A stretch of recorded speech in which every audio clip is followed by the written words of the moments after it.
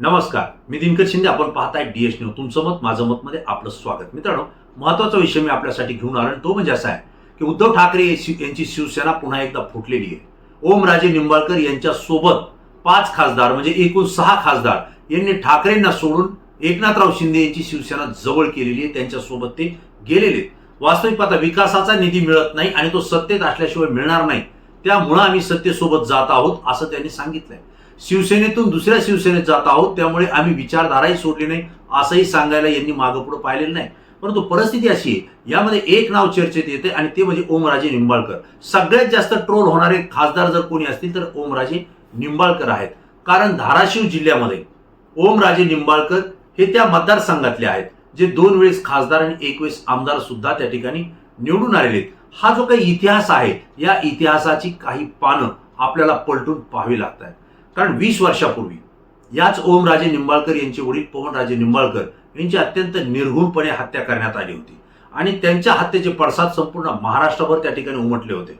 विशेष म्हणजे पवनराजे निंबाळकर यांच्या हत्येमध्ये जे आरोपी होते, या आरोपीमध्ये तत्कालीन गृहमंत्री पद्मसिंह पाटील आणि त्यांच्यासोबत 9 सहकारी यांची नावं आली होती आणि त्यामुळे महाराष्ट्रात एकच खळबळ उडाली होती. पद्मसिंह पाटील हे नाव काही लहान नाहीये.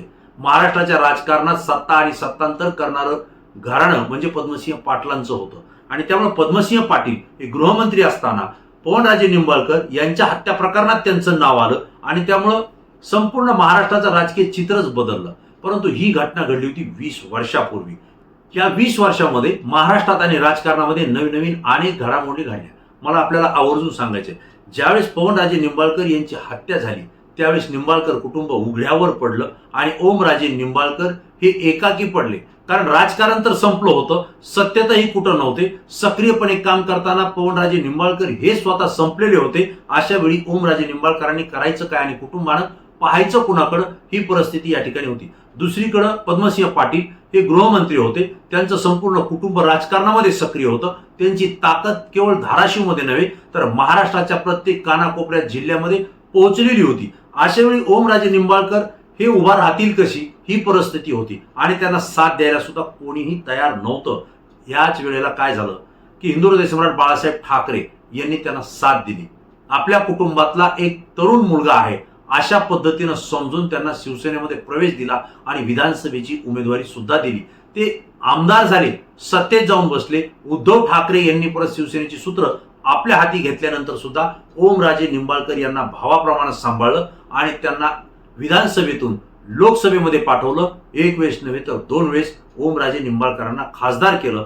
त्यांची राजकीय ताकद वाढवली, सामाजिक ताकद वाढवली, आर्थिक बळ त्यांचं वाढवलं आणि यामधून तुम्ही आपल्या वडिलांना न्याय मिळवून देण्यासाठी तुम्ही पुढे राहा, त्या पद्धतीची कारवाई करा, असं सुद्धा उद्धव ठाकरे आणि शिवसेनेकडून वेळोवेळी ओमराजे निंबाळकर यांना सांगून त्यांना बळ देण्याचं काम झालं. आता प्रश्न असा आहे, याच वेळी झालंय काय की आपल्यावर सुद्धा एक मोठं संकट आहे हे पाटील कुटुंबाला त्या ठिकाणी लक्षात आलं. राणा जगजितसिंह पाटील यांनी भारतीय जनता पार्टीमध्ये प्रवेश केला. आता ही गोष्ट आपण समजून घेऊ की पद्मसिंह पाटील हे शरदचंद्र पवार यांच्या अत्यंत विश्वासू, अत्यंत निकटवर्तीय आणि नातेवाईक आहेत. महत्वाचा भाग म्हणजे सुनेत्राताई पवार, ज्या की राष्ट्रवादी काँग्रेसच्या राष्ट्रीय अध्यक्ष आणि उपमुख्यमंत्री आहेत, त्यांचे ते सख्खे भाऊ आहेत पद्मसिंह पाटील आणि त्यांचेच पुतणे आहेत राणा जगजितसिंह पाटील. विशेष हे सगळं नातं असताना राष्ट्रवादी काँग्रेसमध्ये असताना पद्मसिंह पाटील यांचे सुपुत्र राणा जगजितसिंह पाटील यांनी राष्ट्रवादी काँग्रेस सोडली, भारतीय जनता पार्टीला जवळ केलं आणि देवेंद्र फडणवीस असतील किंवा भारतीय जनता पार्टीचे नेते असतील त्यांनी सुद्धा पाटील घराला पूर्ण ताकद दिली. राणा जगजितसिंह पाटलांना उमेदवारी दिली आणि त्यांना आमदार करून त्यांना पुन्हा राजकीय पाठबळ सुद्धा दिलं. एकीकडे राणा जगजितसिंहांना भारतीय जनता पार्टी आणि युती हे त्या ठिकाणी साथ देत होती, बळ देत होती. त्याच वेळेला शिवसेनेकडून उद्धव ठाकरे यांनी ओमराजे निंबाळकरांना पूर्ण ताकद आणि बळ दिलं होतं. आता हे दोन्ही कुटुंब ज्यावेळेस हत्या प्रकरण झालं हे एकमेकांच्या पूर्णतः पहिलेही विरोधात होते, त्यानंतरही विरोधात झाले. एकमेकांची तोंड सुद्धा या दोन्ही परिवारानं पाहिली नाही. एकमेकांच्या मधून विस्तव सुद्धा आडवा जात नाही, एवढा तीव्र विरोध एकमेकांना झाला आणि याच 2 कुटुंबामुळे धाराशिव जिल्ह्यातल्या प्रत्येक तालुक्यात, प्रत्येक गावामध्ये कार्यकर्त्यांची सुद्धा विभागणी झाली. दोन गट झाले, एक निंबाळकरांचा गट आणि दुसरा पाटलांचा गट. प्रत्येक वेळेला वाद होत होते, भांडणं होत होते, निवडणुकांमध्ये सुद्धा एकमेकांच्या समोर दोन गट जात होते. त्यामुळे अनेक कार्यकर्त्यांच्या मारामाऱ्या झाल्या, त्यांच्यावर गुन्हे दाखल झाले, कित्येकांना जेलवारी सुद्धा त्या ठिकाणी झाली. हे सगळं करत असताना हे कार्यकर्ते का करत होते, तर आपल्या नेत्यांविषयी एकनिष्ठ होते. कुणाला निंबाळकर हवे होते तर कुणाला पाटील हवे होते. ह्या सगळ्या घडामोडी घडल्या गेल्या 20 वर्षांमध्ये. अनेक घडामोडी घडत असताना आता मात्र न्यायालयानं निकाल दिला आणि पवनराजे निंबाळकर यांच्या हत्या प्रकरणात पद्मसिंह पाटील आणि त्यांच्या सोबतचे 9 सहकारी यांना निर्दोषपणे मुक्त केलेले कोर्टानं. हा हादरा आणि हा दणका खऱ्या अर्थानं ओमराजे निंबाळकर आणि त्यांच्या कुटुंबियाला बसलेला आहे. कारण हत्या तर झाली, मग हत्या नेमकी कोणी केली या प्रश्नाचं उत्तर मिळालं नाही. परंतु हे सगळं करत असताना ओमराजे निंबाळकरांनी अचानक निर्णय बदलला आणि एकनाथराव शिंदे यांच्या शिवसेनेमध्ये ते गेलेले. आता एकनाथराव शिंदे हे सत्तेत आहेत, महायुतीत आहेत. म्हणजेच भारतीय जनता पार्टी आणि एकनाथराव शिंदे यांची शिवसेना ही सोबत सत्तेत आहेत. याच वेळी ओमराजे निंबाळकर हे एकनाथराव शिंदे यांच्या शिवसेनेत त्यांनी प्रवेश करतायत. त्यांच्या सोबत जाण्याचा निर्णय त्यांनी जाहीर केलाय. आणि दुसरीकडं राणा जगजितसिंह पाटील जे की ओमराजे निंबाळकरांचे कट्टर विरोधक आहेत, ज्यांना ते दुश्मन असं समजतायत, विरोधक समजतायत, आज तेच राणा जगजितसिंह पाटील हे भारतीय जनता पार्टीचे आमदार आहेत. आता प्रश्न असा आहे की दोघंही सत्तेत आलेले आहेत, म्हणजे ओमराजे निंबाळकर आणि राणा जगजितसिंह पाटील महायुतीच्या छत्राखाली दोघंही एकत्र आले. व याचा अर्थ काय समजायचा की दोघांचंही 20 वर्षापूर्वीचं वैर संपलंय का? आणि जर वैर संपलं नसेल तर मग आता युतीच्या छत्राखाली हे दोघंही सत्तेत सहभागी झालेले आहेत. म्हणजे यापुढं कुठलीही निवडणूक असो, महायुतीची बैठक असो, मतदानाची घटना असो किंवा जिल्ह्याच्या विकास निधीच्या संदर्भात सुद्धा एकत्रित बैठक असो, या प्रत्येक वेळी राणा जगजितसिंह पाटील आणि ओमराजे निंबाळकर हे एकत्रितपणे बसणार आहेत. कदाचित मांडीला मांडी लावून ते बसतील असं चित्र आपल्याला या ठिकाणी पाहायला मिळत आहे. जर असंच जर घडणार असेल तर मग प्रश्न असा आहे की या दोघांसाठी, या दोघांच्या कुटुंबासाठी, परिवारासाठी ज्या गाव पातळीवरच्या कार्यकर्त्यांनी एकमेकांना तीव्र विरोध केला, एकमेकांची डोके फोडली, भांडणं केली, स्वतःवर गुन्हे दाखल करून घेतले, जेलवारी करून आणली, आता त्या कार्यकर्त्यांचं काय होणार? त्यांनी कोणाकडे पाहायचं? आज हा प्रश्न या ठिकाणी गंभीरपणे उपस्थित होतोय. कारण आता एकनाथराव शिंदे यांच्या शिवसेनेची पूर्ण ताकद ओमराजे निंबाळकरांच्या पाठीशी खंबीरपणे उभा राहणार आहे. माझी माहिती अशी की ओमराजे निंबाळकरांना केंद्रीय मंत्रिमंडळामध्ये मंत्रीपद सुद्धा मिळण्याची शक्यता आहे. म्हणजेच त्यांचं राजकीय पाठबळ वाढणार आहे.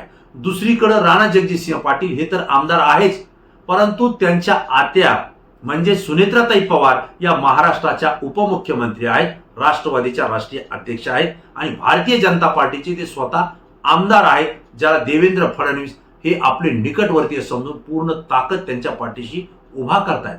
मग जर दोघांची ताकद या पद्धतीनं वाढणार असेल, या पद्धतीनं त्यांना बळ मिळणार असेल आणि दोघंही महायुतीच्या छत्राखाली एकत्रितपणे बसून धाराशिवच्या विकासाचा, धाराशिवमध्ये कोणत्या तालुक्याला, कोणत्या गावाला, कोणाला किती निधी द्यायचा हे ठरवण्यासाठी जर एकत्र येणार असतील, म्हणजे सत्तेसाठी जर एकत्र येणार असतील, तर मग कार्यकर्त्यांचं काय होणार हा प्रश्न त्या ठिकाणी उपस्थित होतोय. म्हणजे त्याचा अर्थ असा आहे की वैर संपलंय की सत्ता जिंकली आहे. कारण सत्तेसाठी काही होऊ शकतं आणि सत्तेपुढे शहाणपण चालत नाही, हे ओमराजे निंबाळकर सुद्धा या ठिकाणी बोलतायत. म्हणजेच काय की कुठलंही काम करायचं असेल आणि राजकीय क्षेत्रामध्ये टिकून राहायचं असेल तर सत्तेची साथ अत्यंत महत्वाची आहे. आणि मग जिकडं सत्ता तिकडं आम्ही, याच पद्धतीनं ओमराजे निंबाळकरांनी उडी घेतलेली आहे आणि ते उद्धव ठाकरेंना सोडून एकनाथ शिंदेच्या सोबत सत्तेमध्ये या ठिकाणी सहभागी झालेले आहेत. मित्रांनो, आज ओमराजे निंबाळकर आणि जगजितसिंह राणा हे एकत्र एका छत्राखाली सत्तेत आले, पण विचारानं आणि मनानं भविष्यात एकत्र येतील का? तुम्हाला काय वाटतंय की या दोघांनी एकत्रित येणं गरजेचं होतं?